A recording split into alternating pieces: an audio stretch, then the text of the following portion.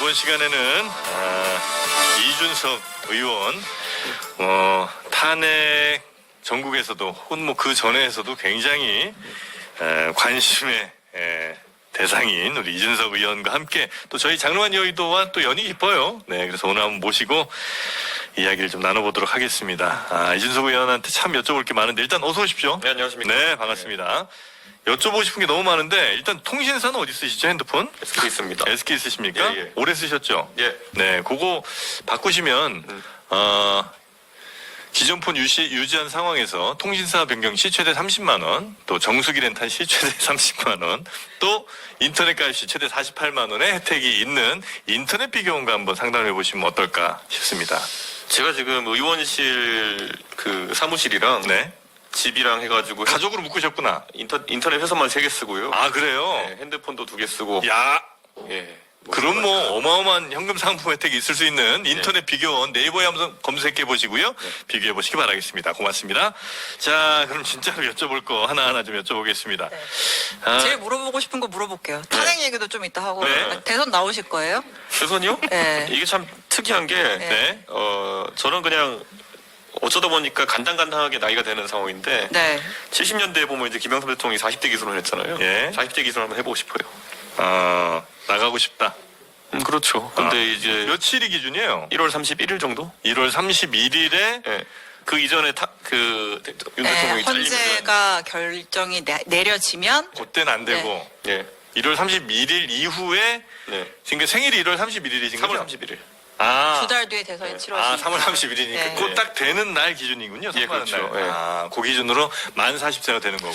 2월은 28일까지 있으니까 또 약간 며칠 더 여유가 있긴 할 겁니다.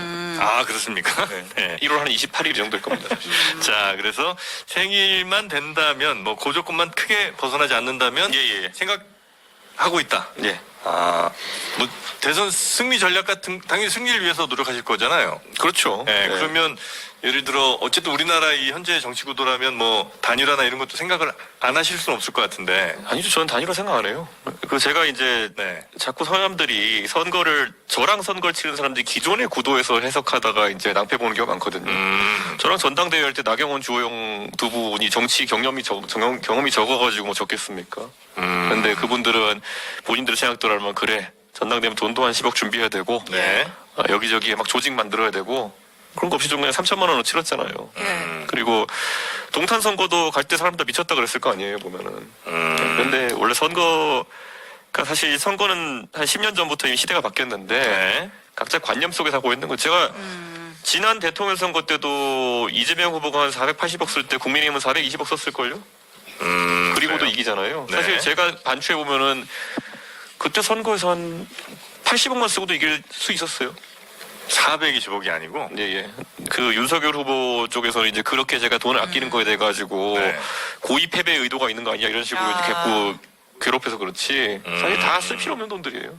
예를 들면 대표적으로 쓸 필요 없는 돈이 뭐 있습니까? 사무실 온 동네 250개 지역구에다 다 마련하는 거. 그것만 해도 한 100억 넘게 들걸요. 네. 그거 외에 뭐 TV 광고 사실 TV 광고 누가 봅니까 그거.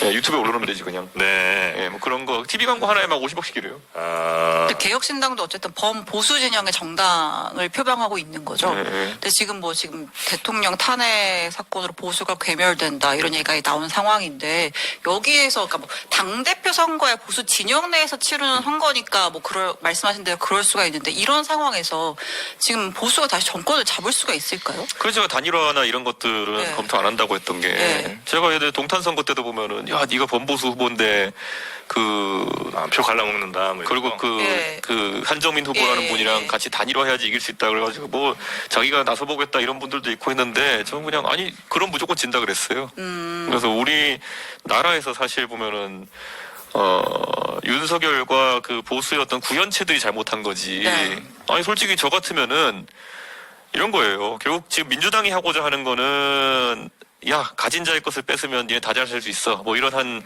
90년대 2000년대 초의 논리를 갖고 지금 풀어가겠다는 거고 네. 지금 보수의 원래 큰 줄기는 공정한 기회 거기서 경쟁할 수 있게 하겠다 이런 건데 사실 전자도 그렇게 사람들한테 와닿는 얘기는 아니거든요. 그런 담론 위주로 가면 되는 거지. 지금 뭐 사실 이재명 후보가 뭐 또 나와서 25만 원 준다 이런 얘기 할 텐데 예. 그거 내 주머니 25만 원 들어오면 나라가 잘 될 거다 믿는 사람 얼마 있겠어요? 근데 그런 말 한다는 것 자체가 네. 아이디어가 없는 거예요, 저기도. 그 대통령 선거는 이전 대통령의 영향을 많이 받잖아요. 네. 전 대통령이 어떻게 했느냐에 따라서 그 반대로 가는 경향이 꽤 많이 있지 않습니까? 네. 그러면 지금 현재 상황에서 지금의 국민들은 어떤 대통령을 지금 원하고 있다고 혹시 판단하고 제가 계십니까? 그래서 어제 지적했잖아요. 그 네. 윤석열 대통령은 내 와이프를 지키기 위해서라면 나라도 말아먹을 수 있다가 네. 그 통치의 네. 기본이었다면은 이재명 대표는 지금 하고 있는 게 나를 방탄하기 위해서라면 당도 숙대만 만들 수 있다. 이걸 계속 하고 있는 거잖아요. 그래서 네. 저는 사실 둘이 똑같은 통치 행태를 보일 것이다. 만약에 대통령이 되면은. 이재명 대표나 윤석열 대통령이 아니, 그건 맞잖아요. 지금 보면은. 어. 그분 머릿속에 방탄 이외에 지난 1년 동안 제가 만약에 180석 의석이 있으면요. 네. 저는 할 거 되게 많죠. 맨날 검사나 탄핵하고 이런 거 하다 지금 되게 황당한 상황인 게 헌법재판소에 대통령 탄핵안을 보내놨는데 앞에다 열 몇 개를 보내놔가지고 8번이죠, 8번 지금. 그러니까 지금 이게 사건 번호. 작년부터 보낸 거 없이 열 몇 개째 탄핵이라 가지고 네. 이게 지금 아. 오히려 탄핵이 늦춰질 수도 있다니까 나오는 거잖아요. 그러니까 한치 앞을 못 알아보는 거죠. 이재명 대표가 대통령이 되면 윤석열 시즌 2가 된다는 말씀으로 이해되겠습니까? 그런 측면이 있죠. 어. 네, 윤석열보다 정책적으로 뛰어나느냐? 전 그것도 아직까지 본 게 없거든요. 사실 뭐 네. 의대 증원 하겠다고 갑자기 난리치는 사람이나 2,000명이 왠지 설명 못했잖아요. 왜 25만 원인지 아직까지 설명 못했잖아요. 4인 가족이면 100만 원이다 그러니까 그냥 숫자 맞추기 하고 있는 거잖아요. 네, 그런 식으로 정책을 펴는 게 똑같은 거. 왜 25만 원인 것 같아요? 혹시 아세요? 저도 그래서 되게 많이 물어봤어요. 예를 들어 2,000명 막 물어볼 때 그 25만 원은 왜 25만 원인지 여쭤봤거든요. 네. 근데 대략 그 4인 가구 그 얘기가 좀 많이 나오는 것 같습니다. 그 4인 가구에 100만 원 하겠다. 네네. 그런데 우리가 문재인 정부 시기에도 그런 거 비슷한 거 겪어봤잖아요. 뭐 100만 원 줄게, 150만 원 줄게. 결국에는 100만 원 받아서 뭐 한번 고기 사 먹고 그다음에 안경 바꿀 땐 좋았지만은 나중에 그거 했더니만 물가가 올라가지고 인플레이션 터져가지고 내 월세 전세가 뭐 1억씩 오르고 이렇게 하는 상황이 되면은 넷들어 나한테 이익인가? 그거 겪어봤기 때문에 앞으로 정치에서 그런 거 갖고 표 얻기 쉽지 않습니다. 근데 어쨌든 국가의 전체 부가 약간 이동하는 걸 거 아니에요. 그러니까 지금 현재 뭐 기업이든 어디든 뭐 이렇게 갖고 있는 돈 중에 이만큼 어디서 생겨나는 돈은 아닐 거고 그 돈이 여기 있던 게 이만큼 이전하는 걸 거 아닙니까? 그러면 적어도 뭐 국민들 혹은 뭐 서민들이라고 할 때는 그래도 안 온 거보다는 온 게 나은 거 아니에요? 그래서 예를 들어서 나한테 25만 원 이전되고 예. 그리고 내 월세가 10만 원 오르면은 1년에 120만 원 더 나가는 거 아닙니까? 물가가 오른다. 오히려 집주인한테 이전되는 거죠. 최종적으로는. 물가가 훨씬 더 오를 것이다. 저는 물가라는 걸 가볍게 놓고 보면 안 되는 게요. 네. 결국 물가, 이자율 이런 것들을 잘 통제하는 게 굉장히 중요한 건데 여기서 돈을 풀자? 원래 경제라는 거는 실질 경제가 어떻게 돌아가냐 중요한 거지. 네. 명목 소득이나 아니면 명목 그 상의 수치들이 변동하는 거는 얼마든지 만들어낼 수 있습니다. 네. 네, 명목 GDP 상승하는 것처럼 보이게 한다. 원화 표시로 가게 한다. 그거 그냥 단순하게도 할 수 있어요. 근데 그게 과연 우리 실질적인 삶을 더 좋게 만드느냐? 그거는 경제학 개론만 배워도 합니다. 그럼 실질적인 삶을 좋게 만드는 거는 이준석 표는 뭐가 있습니까? 저는 그래서 계속 얘기하는데 네. 저는 교육이나 과학기술에 대한 무한 투자를 좀 얘기하거든요. 저는 교육과 과학기술에 대한 무한 투자. 그렇죠. 예를 들어 저는 저희가 개혁신당 만들면서 네. 가장 언론에 보도되기 좋은 것 중에 뭐 예를 들어서 노인 무임승차 같은 거 조정해야 되는 거 아니냐 네. 이런 것들이 많이 나왔지만은 교육 같은 경우에는요 AI나 이런 거 생기면서 이제 대한민국 인구의 한 하위 40% 정도의 생산성이 AI나 아니면 로봇보다 떨어지면 그분들은 직업을 못 가져요. 네. 그럼 지금 나이브하게 볼 게 아니라 교육에 있어서 거의 강제적으로까지 좀 학생들한테 교육 목표치를 높여야 되는 상황이거든요. 근데 교육은 우리나라만큼 많이 쓰는 나라 별로 없지 않아요? 아니죠. 지금 보면은 네.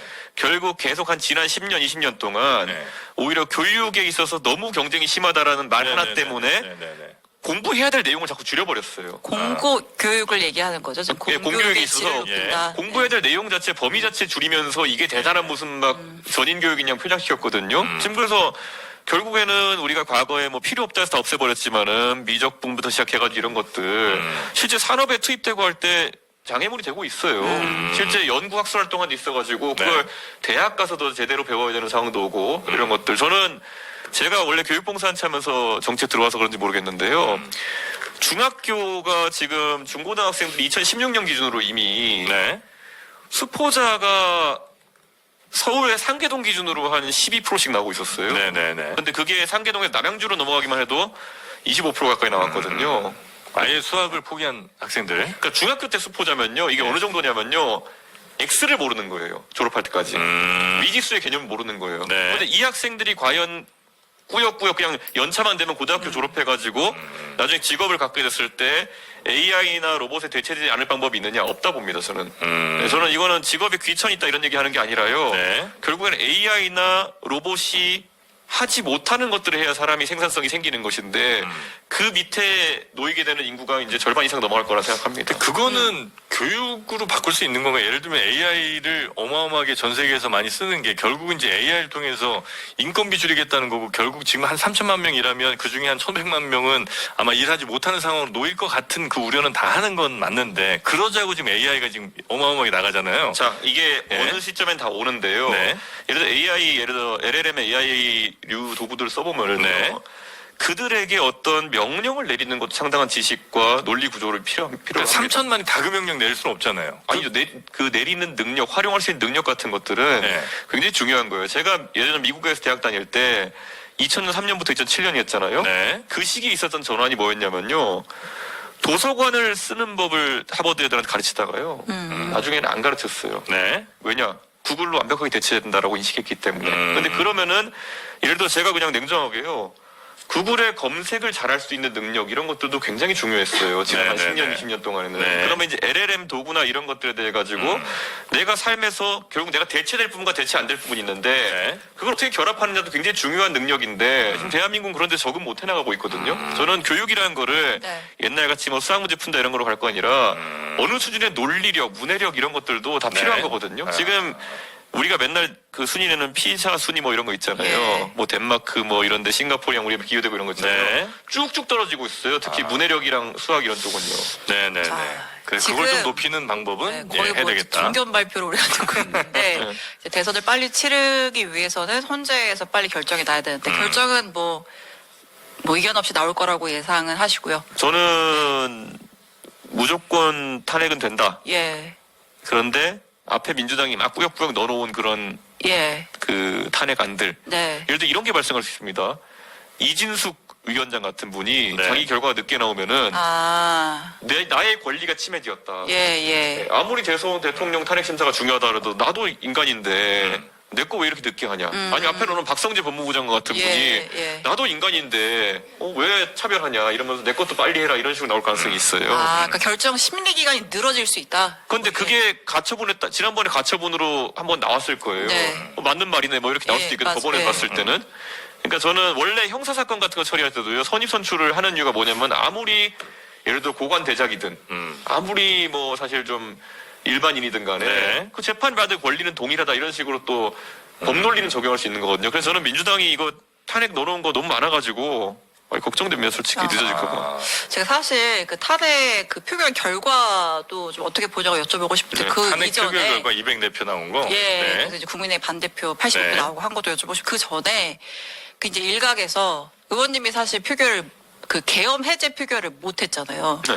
그걸 두고 담을 넘어서라도 아. 들어갔어야 되는 거 아니냐 이런 얘기 하시는 분들도 있더라고요. 저부터 그 예. 택시 타고 가는 내내요. 예. 본회의장에 있는 의원님들이랑 뭐 이렇게 카톡 주고받고 네. 전화하고 이러면서 몇 명인지 체크하면서 있었어요. 아. 그래서 제가 거기에 그 노들길에 이제 내린 게 그러니까 차가 너무 막혀가지고 네. 노들길에서 택시에 내린 게 1시 한 40분경. 1시 40분. 12시 40분. 12시 40분. 그 다음에 제가 그 구글 GPS 기록 다 봤거든요. 예. 제가 그래서 문 앞에 도착한 게 12시 50분. 네. 그리고 표결이 1시 4분일 거예요. 네. 네. 네. 그래서 제가 그때 가면서 계속 물어봤어요. 150명 찾냐? 150 차면 물었더니 170명이다라는 말 듣고 그래 그럼 난 여기서 정식으로 항의하면서 들어가겠다. 그렇게 해서 간 거고 아. 그 뒤에 천하람보전실 비서관이 와가지고 이거 예. 정책을 가지고 아니 무슨 소리야 표결 끝났는데 시끄러운 말 이렇게 한 거거든요 제가.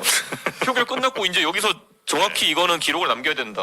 네네. 이거는 아, 그래서 당장 그때- 밖에서 항의하는 모습을. 그게 1시 30분이었어요. 그 예. 천하람보전실 예. 예. 그 황태석 비서관이 그거 네. 저한테 담 넘어가지고 아 무슨 다 끝났는데 무슨 담을 넘냐 지금. 이제는 여기 이거 못 들어가게 하는 것이 오히려 문제 아니냐. 네, 어떤 네, 기관군의 네, 네. 행동에 대한 네. 지적을 자, 여러분 할게. 댓글 많이 주시는데 네. 시끄러 이에 미음 아니고 니은 받침입니다, 여러분. 시끄러 인마에 니은 받침 인마입니다. 네. 워낙 많이 써주셨는데 네. 틀린 글씨가 많아갖고.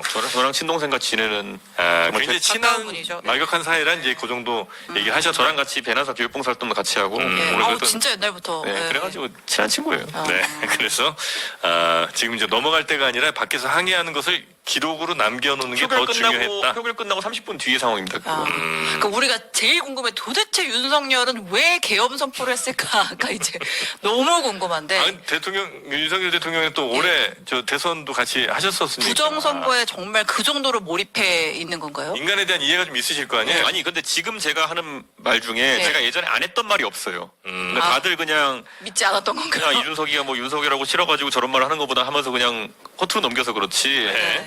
저는 이걸 아예 뭐 거의 예를 들어 MBC 라디오 아침에 나가가지고는 3부작으로 했고요. 예. 윤석열이 얼마나 이상한 사람인지에 대해서 그때 예. 다 나왔어요. 부정선거 얘기도 그렇고. 네. 근데 그때 그냥 이준석이 그냥 뭐 윤석이 정말 싫은가 보다 이러고 넘어갔겠죠. 이게 예. 부정선거에 대한 믿음이 굉장히 강해요.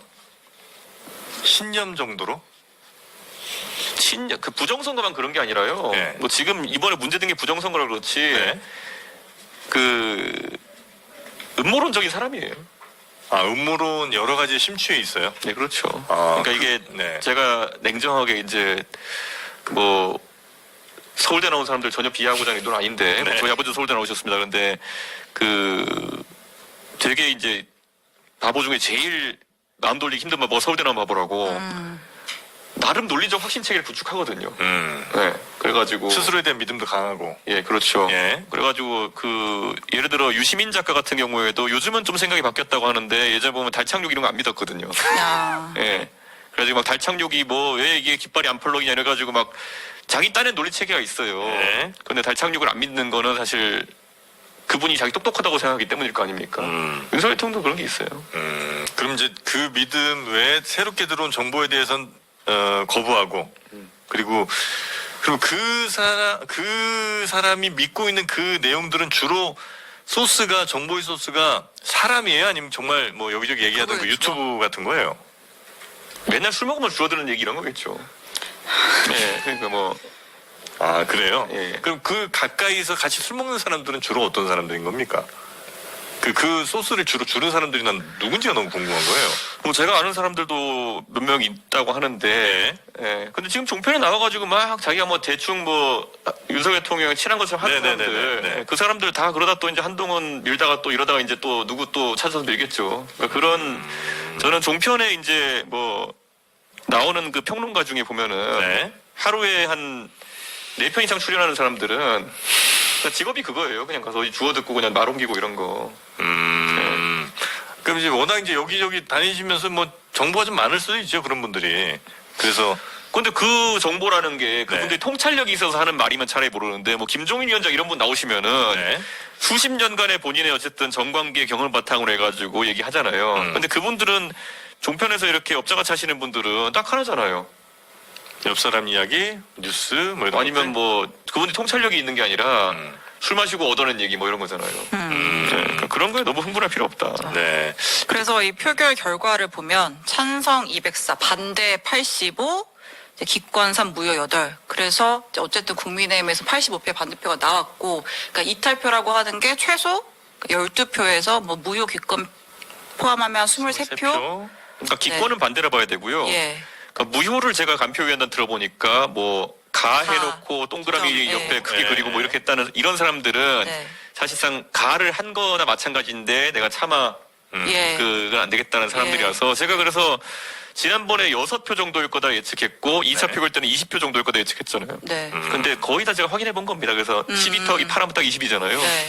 그러니까 그거는 제가 저 집 구석 숟가락 개수까지 압니다. 예. 대충 어떻게 돌아가는지. 국민의힘? 예.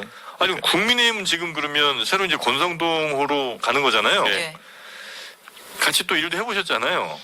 권성동 의원 제가 항상 얘기했지만은 또 예전에 무시했지만 저 중에선 정상입니다. 아, 그래요? 네. 아, 그나마 좀 다행이군요. 이 권성동 의원은 저 중에 정상이고요. 예. 근데 권성동 의원은 예전에 그 MB 청와대에서 그 법무비서관인가 하실 때 한동훈 대표랑 일해본 적이 있어요. 미팅 행정관으로 데리고. 네. 그래서 한동훈 대표는 오래전부터 알았고 그래서 그 한동훈 대표가 아무리 움직여봤자 권성동 의원 손바닥 안에 있던 거였습니다. 근데 왜 이렇게 한동훈 대표를 싫어하는 거예요? 국민의힘은 특히 중진들. 그러니까 이게 그게 있어요. 누가 누구에게 리더십을 보이려고 그러면요. 예전에 박근혜 대표를 처음에 한나라당에 데리고 왔을 때 박근혜가 이뻐서 데리고 온 사람 없어요. 우리 죽을 것 같은데 네. 그때 뭐 탄핵 역풍이다 이런 거 노무현 대통령 탄핵해가지고 우리 죽을 것 같은데 그래 박정희 그 뭉개구름에 한번 기대가지고 한번 해보자. 어차피 와서 패전 처리조로 해도 되는 거 아니냐. 근데 왔는데 실적이 좋은 거예요. 네. 그러면 그때부터 야 리더십이 생겨. 리더십이 생기는 거죠. 아. 근데 이번에도 마찬가지 한동훈 장관에게 부여된 책무는 와가지고 그래 뭐 잘하나 보자였는데 역대급으로 말아먹은 거죠. 총선에서 이제 예. 108석이면은 네. 그러면 거기서 실적이 없는 거예요 우선. 예. 근데 어쩌다 보니까 이게 떠밀려서 이제 가는 경우가 있어요. 왜냐하면 그때 사람이 없어가지고 그 다음 전당대회에서 또 한번 기회가 부여된 거거든요. 네. 예. 근데 그거를 한동훈 대표는 내가 여기를 확고하게 실적으로 장악했다고 착각한 거죠. 이게 비슷한 게 언제 있었냐면 예전에 2018년에 이제 2016년이죠. 16년에 탄핵이 이제 또 네. 발생하고 17년에 이제 그 탄핵 결과가 나오고 예. 홍준표 대표가 대선 나가죠. 네. 근데 홍준표 대표가 그때 뭐 2등을 했지만 좀 아쉬운 성적이 나왔는데 네. 어쩐 대선 치고 그러니까 할 사람이 또 좀 없네? 예. 그 홍준표 대표가 자연스럽게 또 이제 대표하게 된 거죠. 예. 그러니까 그런 상황에서 근데 지방선거 성적이 또 안 좋잖아요. 예. 그러니까 이거 약간 독이 든 성배가 아니라 독배거든요, 이런 거는. 예. 근데 이제 한동훈 대표가 그런 걸 모르고 제가 그래서 조언했잖아요. 이거 왜 하려고 그러냐. 당대표? 당대표를 차라리 한 2년 어디 가서 네, 2년 어디 가서 네, 뭐 뭐. 마을 변호사를 하면서 네, 하면은 네. 당신 나중에 보면 영웅돼 있을 거다. 그런데 항상 이준석이 뭐라 말하면은 예. 그 사람들이 쟤는 부러워서 그런가 뭐 이런 식으로 막 퉁치고 가요. 저는 단언코 제가 지금까지 말씀드리면 제가 누구한테 조언해 줄 때는요 잘못되는 방향으로 조언해 주는 거 한 번도 없습니다. 그래요? 그거는 제 윤리적으로 제가 그건 되게 전 심각한 게 제가 지금까지 조언할 때는 제 딴에는 굉장히 좋은 방향만 조언하거든요. 진정성 있게 하신 거군요, 다. 예예예. 그러니까 정적이라도, 정치적으로 상대편이라도. 전 차라리 상대가 잘못되길 바라면 입을 닫습니다. 예. 조언할 때는 이건 다 진심이다. 예, 제가 윤석열은 지금까지 한 말 중에 잘못된 거 있나요 혹시? 없어요. 무슨 말인지 잘 기억이 안 나서. 네. 예. 제가 윤석열 대통령 조언한 것 중에 하나도 저 지금까지 저 잘못되라고 조언한 거 없어요. 근데 지금 이 국민의힘에 어쨌든 한동훈 대표가 어쨌든 뭐 쫓겨나듯이 이제 한동훈 지도부는 붕괴됐고 남아있는 이 권성동 체제에서 국민의힘이 보수 정당으로서 명맥을 유지할 수가 있어요?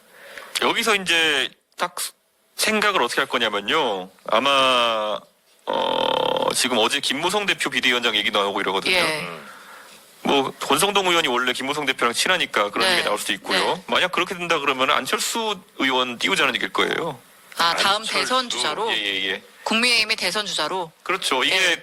큰 틀에서 보수에서 항상 그 큰 궤에서 다툼이 있었던 게 예전에 오세훈 서울시장이 보궐선거 나왔을 때 네. 그걸 뭐 명태균 사장 했다 뭐 이런 얘기 나오는데 말도 안 되고 그때 그 구도 짜는 거는요. 예. 김종인 위원장은 오세훈 시장을 통해 가지고 안철수는 절대 안 된다. 승부를 보겠다는 거였고 네. 김무성 대표나 다른 중진들은 안철수 의원을 끌어들여 가지고 해야 된다는 거로 크게 붙었어요. 네. 그래서 그 안에서 큰 틀에서 그 소위 마포 포럼이라고 하는 그 아저씨들 네. 여기는 다 안철수 의원 밀려고 했다가 그랬죠. 그때 망가지고 완전히 이제 발언권이 삭제된 거예요. 네. 그러니까 이 권토 중례를 꾀하고 있는 마포 포럼류 아저씨들은 이번에도 안철수 의원을 그 매개 삼아서 이제 그렇게 하면 하려고 실패한 카드 다시 써요. 왜냐하면 이게 뭐 안철수 의원이 어쨌다 이런 게 아니라 네. 그분들이 안철수 의원을 약간 좀 어리숙하게 봐요. 저길 앞에 세워놓고 우리가 뒤에서 어차피 안철수 의원이 세력도 좀 약하고 네. 본인이 선거를 치르는 능력도 좀 제한적이라고 판단해서 우리가 또 뒤에서 다 해줄게 이러면서 또 아니 가서 그 이해가 안 되잖아요. 당론으로 탄핵을 반대한 정당에서 제일 먼저 그 당에서 저는 탄핵 찬성할 건데요라고 한 사람을 차기 대선 주자로 내세운다고요? 원래 논리란 건 없습니다. 예, 이 당에 돌아가는 논리란 건 없습니다. 이 당만 그래? 아니면 원래 그래요? 뭐 모든 당이 그렇지 않나요? 아, 그래? 개혁신당도? 개혁신당도 그렇게 될 수도 있죠. 그러니까 뭐 논리적으로 근데 당원들이 워낙 논리적인 걸 중요하게 생각하기 때문에 네. 개혁신당은 좀 덜할 거라고 논란이 생각했지만은 뭐 그런 거죠 뭐. 예. 그러니까 어쨌든 결과적으로 탄핵이 인용이 되고 왜냐면 나면 유권자 자체가 때로는 모순적이에요. 그러니까 뭐냐면은 뭐 논리를 얘기하다가도 결정적일 때는 그러니까 진영 논리로 가는 경우도 많거든요. 예를 들어서 막 그 여성 인권 얘기하시는 분들이 막 이재명 대표 뽑고 이런 거 있잖아요. 아, 그건 또 논리적으로 안 맞는 얘기인가요? 아니 여성으로서 어떻게 생각하세요? 여성이 신체를 훼손하겠다는 말 이런 거 막 하는 분들한테 아, 뭐 우리 기자님 의견 뭐 여기서 굳이 근데 국민의힘에서 만약에 안철수 후보가 대선 주자가 된다면 정말 개혁신당 이준석 후보와의 단일화 가능성은 없겠네요.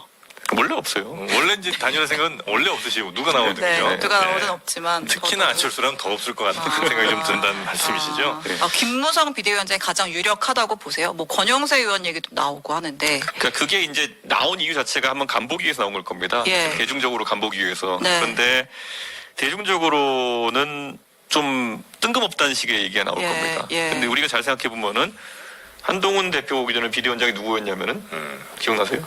한동훈 비대위원장 전에 대표 전에. 황우요. 예. 어, 사실 약간 뜬금없긴 했잖아요. 예. 그러니까 지금 정말 할 사람이 없었죠. 다 해가지고. 그러니까 지금 약간 조보영, 저는 김무성 정진석. 대표가 올 가능성도 있다 이렇게 봅니다. 누가 봐도 크게 이상한 상황은 아니군요. 네, 그리고 김무성 대표가 네. 사실 그 당에서 괜찮아요. 여론이나 뭐 이런 것들은. 가방 이런 것 때문에 좀 희한한 그게 좀 밈이 생겨서 그렇지 네. 사실 그것도 그렇게 실제 회관에서 일하는 직원들은 나쁘게 안 봐요. 뭐 이렇게 무대라고 해서 큰형님 리더십이 있는 분이긴 한데 평소에 직원들한테 네. 통 크게 이렇게 뭐 예, 벌어주고 이런 예. 그래가지고 그럼 김무성 만약 비대위원장이 되면 그분의 가장 첫 번째 역할 임무는 뭐예요? 근데 이게 그 제가 구조적으로 이제 이문세 대표 50년대생이시잖아요. 네. 그러니까 이 50년대생의 정치를 해오신 분들은 나오시면 전부 다 통합무새입니다. 아, 다 같이 뜻 모아서 좀. 그러니까 이게 왜냐하면 듣고 보수가 있어도. 주류이던 시절에 정치를 해오시고 살아온 분들이어가지고 예. 그 경험을 못 벗어납니다. 그러니까 통합무새라 가지고 네. 통합앵무새를 할 겁니다 예. 아마. 그래서 뭐 통합만 하면은 뭐 이길 것처럼. 이긴다, 네. 뭐 이재명의 비호감도가 높으니 통합을 이긴다 이것만 앵무새가 찰 건데 사실 그거 이상의 전략을 생각하기 어려운 거죠. 그러니까 통합무새. 자, 그럼 이 시점에서 한동훈 대표에게 조언 하나 하신다면요? 이 시점에서의 조언. 당대표 하지 말라 그랬는데 했고 결국은 사퇴를 했는데 그럼 이제 지금 한동훈 대표는 어쨌든 한동훈 대표도 대선 생각을 할 거 아니에요? 저는 이게 이번에 만약에 대선 나오시면은 그랜드슬램 하실 겁니다. 총선 패배, 대선 패배, 지선 패배. 네. 예. 그런 거 하면은 큰일 나거든요. 네. 예, 그러니까 조심하셔야 돼요, 그런 거. 예, 그러니까 그런 거가 유혹이 이제 되거든요. 예. 이게 쉬는 것에 대해서 굉장히 네. 스트레스 받는 경우 생길 수 있거든요. 한동훈 대표에게 사실 제가 공개적으로 한 조언 외에도 그 한동훈 대표랑 친한 지인한테는 제가 뭐라고 얘기했었냐면요. 대표 하지 말라 뒤에 뭐가 있었냐면요. 무조건 그때는 대선이 2027년일 거라 생각했으니까요. 예. 2027년에 대선 있기 전에 2026년 그러니까 내후년에 있을 수도권 보궐선거에서 네. 무조건 당선되면은 대선 나가기 싫다 해도 내보낼 거다. 아, 예. 원내로 들어와라 먼저. 그러니까 아니, 거기서 네. 수도권에서 경쟁력 입증한 사람이 무조건 잘 될 거다.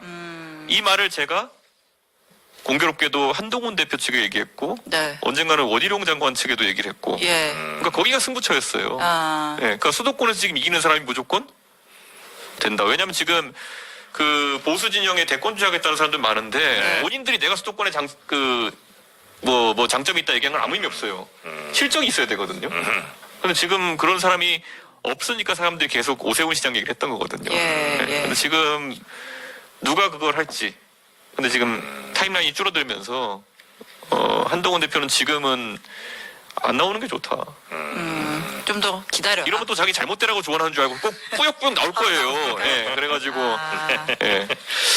자, 근데 그 당 분위기라는 게 뭐 당마다 다 다를 수는 있긴 한데 저도 이제 좀 전에 뉴스 전하다가 좀 약간 놀란 거는 야, 이렇게 막 한 명씩 세우거나 혹은 뭐 아주 그 의총장에서 굉장히 험악한 분위기 연출하면서 또 가결 했냐 안 했냐 뭐 이런 걸 이제 물어봤다는 거잖아요. 국민의힘 의원총회에서 네. 탄핵 표결 끝나고 한 명씩 일어나서 찬성했는지 반대했는지 기권했는지 밝히라. 예전에도 요구가 그랬어요. 있었어요. 옛날에 제가 2021년 말인가 2022년 초에 네. 저 그때 때려친다 그러고 뭐 그때 가출이야 그거 할 때 예. 그때 저한테 의원들이 와서 너 물러나게 할 거야. 그러니까 그거 싫으면 의총장 와서 우리한테 빌어 이래가지고 제가 내가 왜 가냐 그랬어요.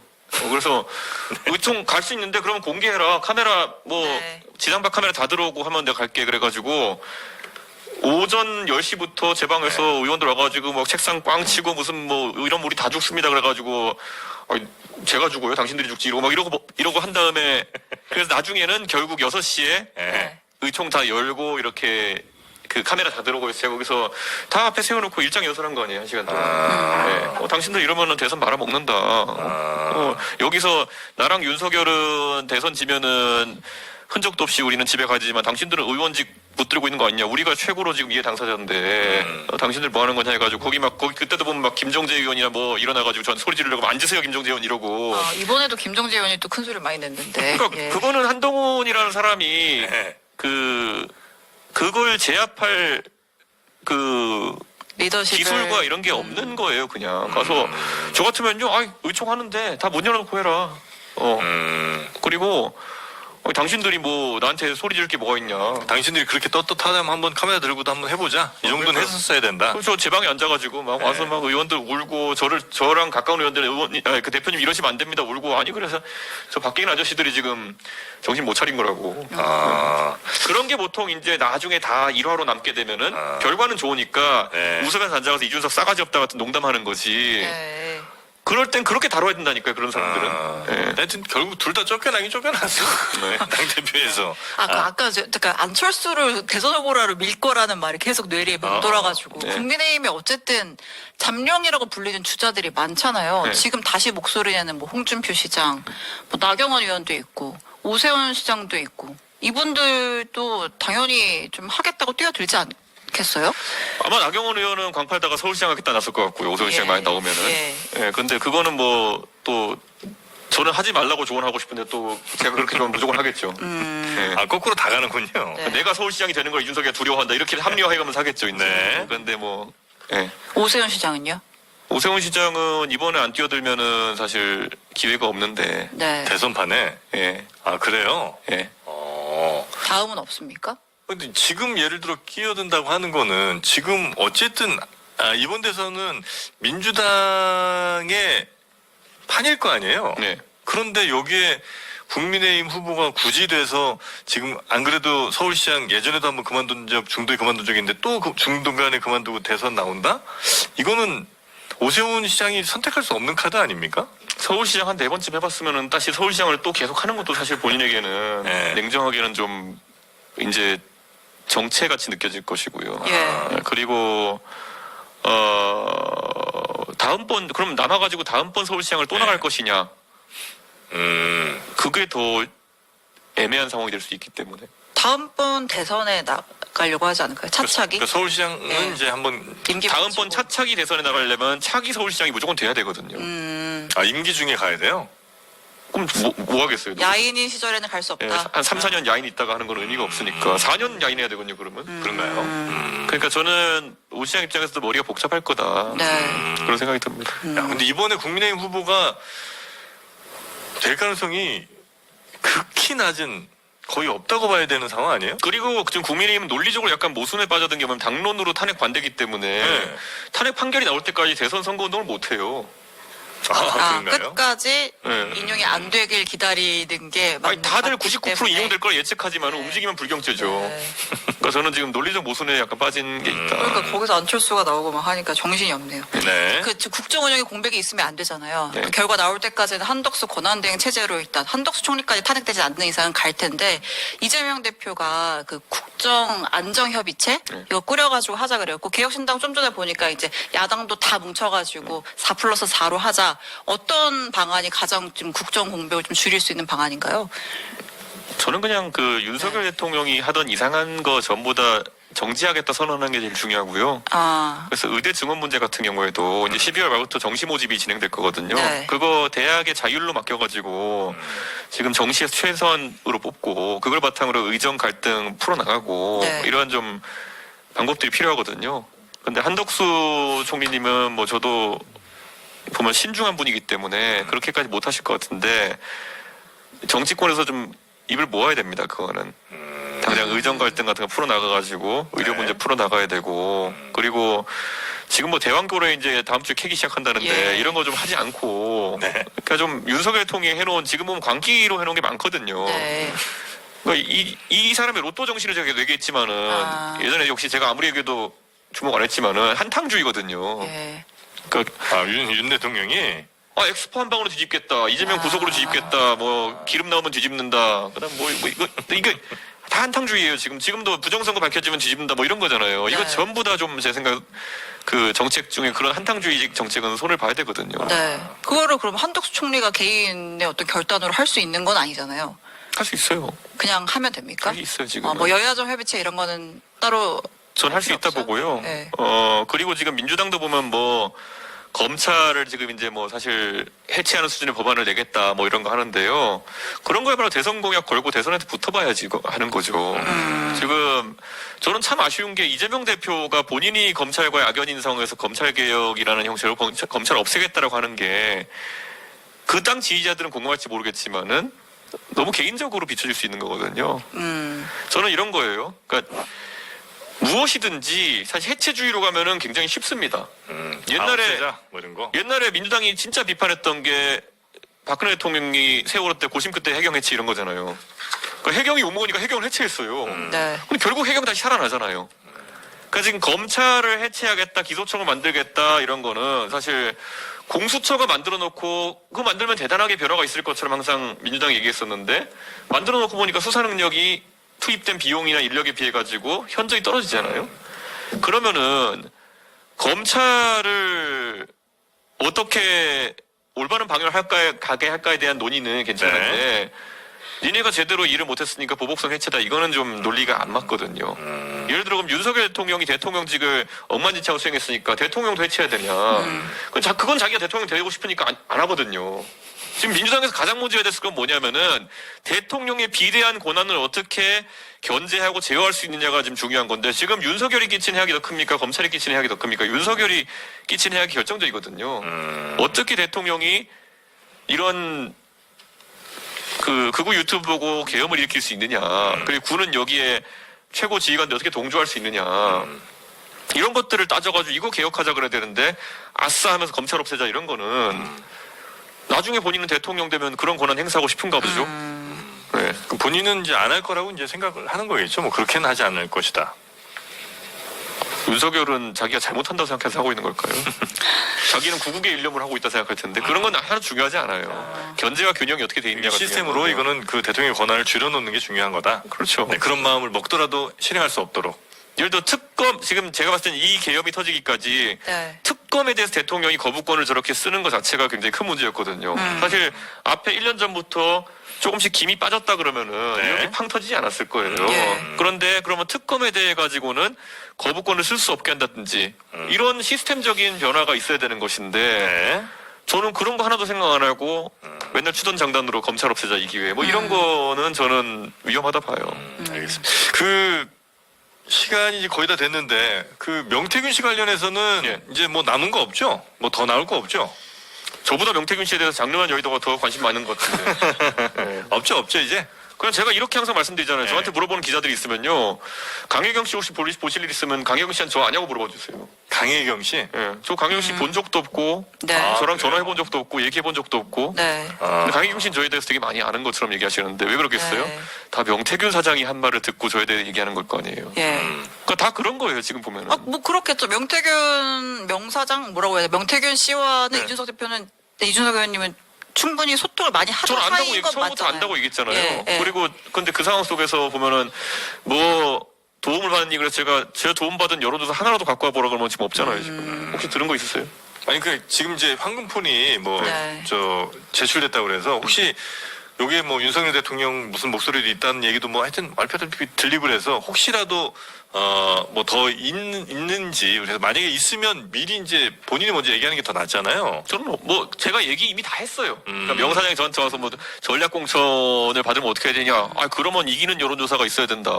그거 그냥 주는 거 아니고 이긴 여론조사가 있어야 그걸 갖고 그 공관위에서 논의라도 하는 거지. 그래서 이제 갔는데 민주당 후보랑 붙어서 이기는 거 그건 의미가 없는 거죠. 야, 근데 명태균 씨는 뭐 다른 얘기는 합니다만 와 이 예지력이 자기 구속되면 한 달 안에 정권 무너진다고 그랬잖아요. 와 그는 물론 이제 우연일치겠습니다만 저는 그래서 이렇게 얘기해요. 예. 그러니까 제가 명태균 사장을 옹호한다고 사람들이 많이 얘기하는데 예. 굳이 말하면은 정치권에 돌아다니는 뭐 이런 컨설턴트 또는 이런 메신저 브로커 이런 뭐 브로커 거. 이런 네. 사람들 중에 명태균이라는 사람이 명예욕이 강한 사람이지 그 물욕이 강한 사람이냐 그러면 그건 약간 애매해요. 아 명예 그래서 내 이름 떨치고 싶은데 그러니까 이게 지금 구조가 보면 사람들이 봤을 때 그런데 뭐 1억 2천을 무슨 뭐 지방선거 나가고 싶은 사람 받았다니 뭐 이건 어떻게 된 거냐 하는데요. 그걸 잘 보시면은 그걸 받아가지고 그 윤석열 대통령 조사하는데 비용을 메꿨다는 거잖아요. 네. 그건 약간 구조가 다른 거예요. 그건 일반적으로 공천 장사하는 거랑은. 그러니까 왜냐하면 공천 장사라는 걸 진짜 할 생각이 있었으면은 그 무슨 고령 분수 나간다는 분이나 뭐 대구시의원 나간다는 분 얘기를 제가 들어봤어야 되거든요. 근데 저한테도 얘기를 한 바도 없고, 그러니까 실제 그분들 공천 못 받았잖아요. 그러니까 그게 이제 지금 나오는 걸 나중에 다 이제 뭐 다 정리되고 나면 어떻게 될지 모르겠지만은 네. 일반적으로 공천 장사하고 이런 사람들은 그렇게 잘 안 합니다. 돈 받고 공천 주고 돈 받고 이어주고 뭐 이런 거 하는데 일반적으로는 그래서 그러려면 우선 그럴 능력이 있어야지 본인이 그걸 하는 거거든요. 근데 그때 지방선거 공관위원장은 정진석인데 정진석 명태균 사이 제가 알기로는 모르는 사이거든요. 예. 네. 그러니까 그래서 사람들이 그럼 그럼 사기치려고 한 거냐? 네. 뭐 그럴 수는 있겠죠, 애초에. 네. 예. 근데 그와 다르게 이 통상적인 공천원금 구조는 아니다. 제가 의원님 보면 여쭤보고 싶었던 건 그거였어요. 이제 막판에 명태균 이제 구속되기 직전에 막판에 가서 이제 의원님도 그때 미국 갔다 오시면서 여러 가지 폭로를 했잖아요. 그 당시에 윤석열 대통령이 나에게 뭐 강서구청장, 포항시장 여러 가지 이러한 네네네. 것들을 압력을 넣었다라는 취지로 폭로를 하셨는데 사실 비슷한 패턴이었던 것 같아요. 이 명태균 게이트의 시발점이 됐던 김영선 의원 관련 공천 개입 의혹이 터졌을 때도 그때도 결국은 뭐 윤석열이든 김건희든 그런 식의 압력을 넣었다라는 거잖아요. 근데 처음에는 그것이 이게 부당한 공천 압력이라고 행사할 정도로 느끼지 않았다라고 말씀하셨잖아요. 그건 2024년이니까요. 시점의 차이라는 거예요? 아니요. 그때는 네. 2024년에 결국에는 김영선 의원과 명태균 사장이 네. 김건희가 개입했다고 생각하는 자기들의 텔레그램을 저한테 보여주고 네. 이게 개입이니까 폭로하겠다 이런 거잖아요. 예. 근데 제가 봤을 때 내용을 봤더니만은 뒤에 도와주고 싶지만 도와줄 수 없지를 전 그때 봤던 거잖아요. 예. 도와주고 싶지만 도와줄 수 없다잖아. 이걸 갖고 내가 그럼 공천 개입이라 폭로하면 제가 우스운 사람이 되는 거잖아요. 그러니까 직접 2024년에 당사자가 아니었기 때문에 그렇게 2024년은 판단했다. 제가 당대표가 아니니까 네. 저한테 뭐 누구 공천 줘라 이랬으면 그게 공천 개입이지만은 네. 이거를 보고 공천 개입이라 판단할 수 있는 사람은 없죠. 그래서 저는 그때도 사실만을 얘기했던 거죠. 내용이 완결성이 없다. 이걸 만약에 제가 그 윤석열 대통령이 뭐 당 지도부에다가 공천 줘 이렇게 하는 걸 들었다 아니 공천 주지 마 이러는 걸 들었으면은 네. 저는 그렇게 판단할 수 있었죠. 그럼 내가 본 내용 주고 싶지만 줄 수 없지를 갖고 어떻게 공천 개입이라고 판단합니까? 그래서 제가 이거는 완결성이 없다. 네. 그래서 뭐라 그러냐면 완결성이 없는데 했을 것 같다 이랬어요 제가. 그렇고 나 아무 인간이긴 한데 내가 네. 본 거로는 완결성이 없다. 네. 근데 그건 2024년 얘기고 2022년 얘기 완전 다른 네. 게 제가 당대표니까 전 들은 것도 있고 네. 그러니까 제가 얘기하는 건데 이걸 이제 또 민주당계 유튜브 보고 이런 사람들 흥분해가지고 왜 없다 그랬는데 있냐 이러는 건데 타임머신 타고 다니시면은 정치가 이상해요. 근데 그 2022년 재보궐선거 시점에는 네. 그때 이제 당시에 대표 역할을 하시면서 김영선을 하려고 하면 이기는 여론조사가 필요하다. 이건 당연히 당대표로서 할 수 있는 얘기인데 관련해서 이제 김건희 여사가 민단 얘기가 있었고 그래서 뭐 아크로비스타 가서 만나서 그건 포항시장 공천. 그거 2024년인가요? 그게 2년. 2022년. 네. 그러니까 그 시점에 그런 식의 뭐 당선인 혹은 뭐 여사의 이런 식의 개입들이 있었는데 그거는 공천 개입이고 그 이후에 있었던 김영선 의원의 거는 공천 개입이 아니다라고 별도로 판단하셨다는 거예요. 공천 개입 24년. 24년은 제가 네. 본 거로는 완결성이 없다. 네. 그럼 2022년에 당시에는 왜 그걸 이야기하지 않으셨어요? 어떤 거요? 그런 공천 식의 개입에 당선인으로부터의 압력이 자, 있었다는 이게 걸? 보면은 두 가지가 있어요. 첫째, 김진태를 잘라라다 처음에 있었잖아요. 예. 김진태를 잘라라가 솔직히 보면 정상적인 야인 행동이에요. 예. 근데 김진태를 자르지 마라가 이제 사실 김건희 여사의 개입이거든요. 예. 그럼 이게 사실 김건희 여사도 그렇게 개입했지만은 사실 당내 대부분의 구성원이 네. 김진태를 자르지 않는 게 맞다고 생각하는 거예요.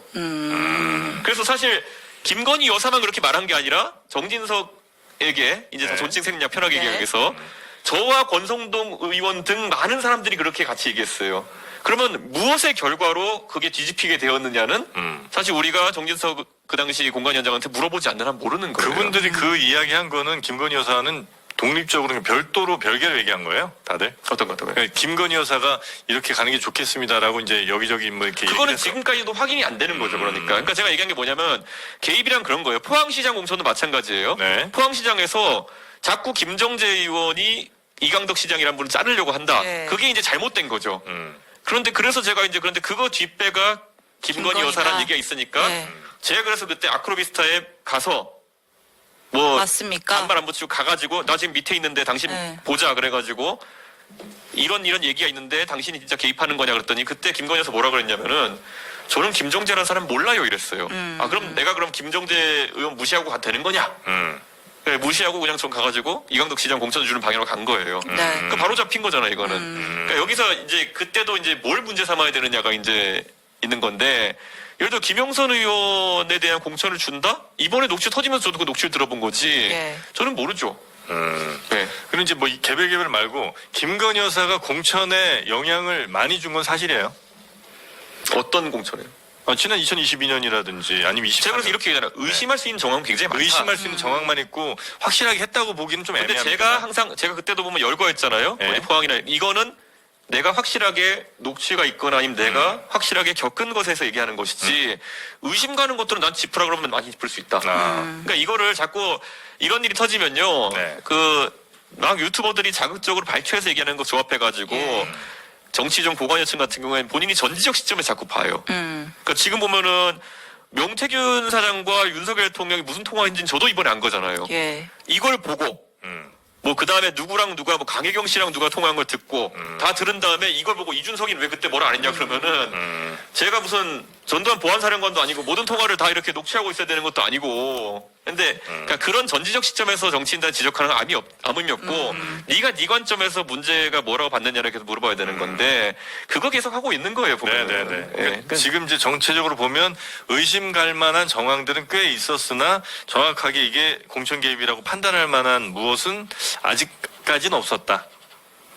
아니 저는 있는 것도 있고 얘기 다 했어요 지금 벌써. 네. 있는 게 있어서 있는 뭐 것도 검찰에서 있고. 참고인으로 다 불러서 얘기했고. 얘기하면 관련. 그러니까 지금 이제 이준석이 잘못되길 바라는 사람들의 기우제는 뭐냐면은 이준석이 제발 뭐라도 이렇게 문제가 있어라는데 예를 들어 저는 그래서 깔끔하게 정리하는 게 저 명태균이라는 사람과 돈 100원도 주고받은 적 없습니다. 그러니까 돈 문제로 하나도 문제될 거 없고요. 네. 그리고 여론조사 의뢰하신 비공표 적 여론조사 없고요. 의뢰하지 않고 받은 적도 없습니다. 예.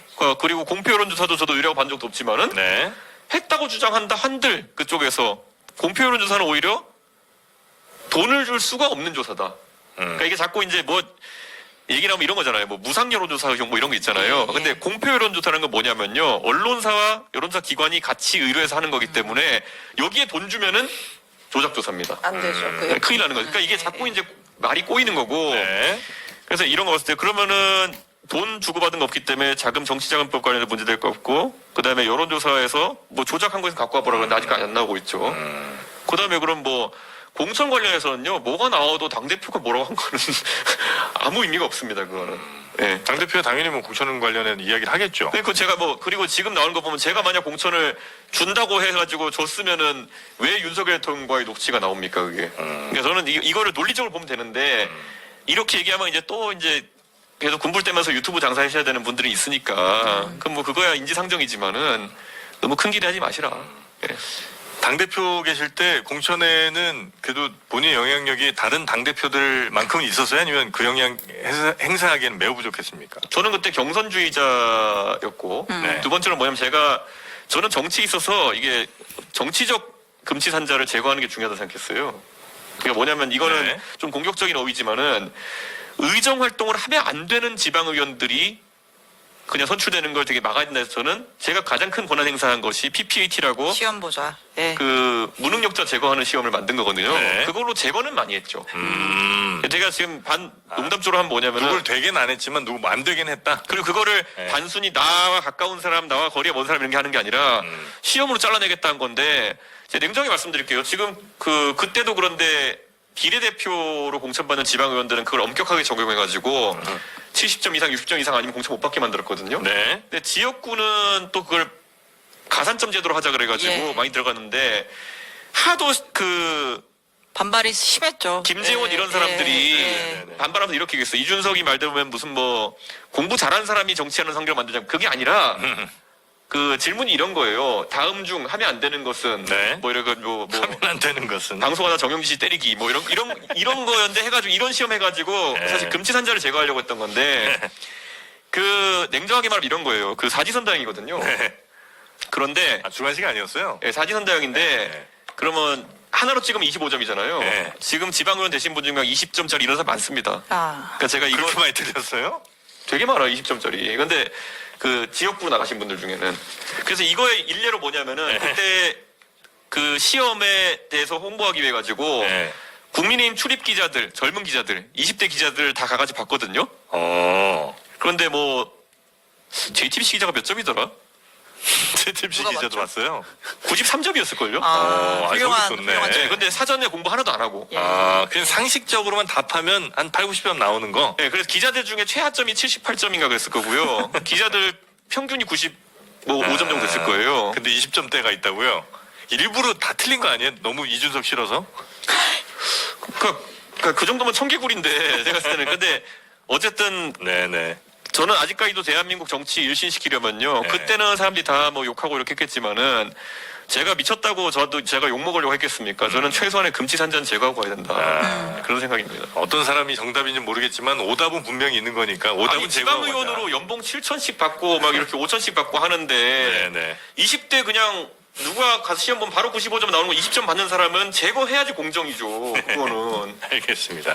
자, 또 뒤에 저희 인터뷰 일정이 예, 좀 있어서 예, 오늘은 예. 요 정도로 마무리하고 우리 이준석 의원님은 보내드리도록 하겠습니다. 예. 자, 다음에 또 뵙겠습니다. 고맙습니다. 감사합니다. 고생하셨습니다.